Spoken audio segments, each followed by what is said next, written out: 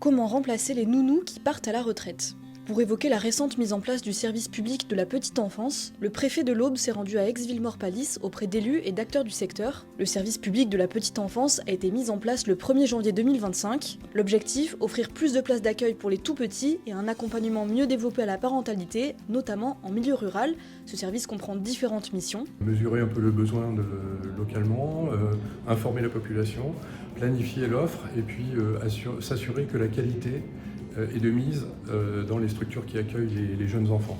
Voilà, et tout cela est réparti de façon entre les communes et les collectivités territoriales, de façon à ce qu'on ait une vision et un cadrage qui soit le même pour tous. Ce sont donc, depuis le début d'année, les communes ou les intercommunalités qui deviennent les autorités responsables de l'organisation de l'offre sur leur territoire. Elles doivent s'organiser collectivement pour recenser les besoins des enfants âgés de moins de 3 ans et de leurs familles en matière de mode d'accueil disponible. Il s'agit d'une question vitale d'attractivité.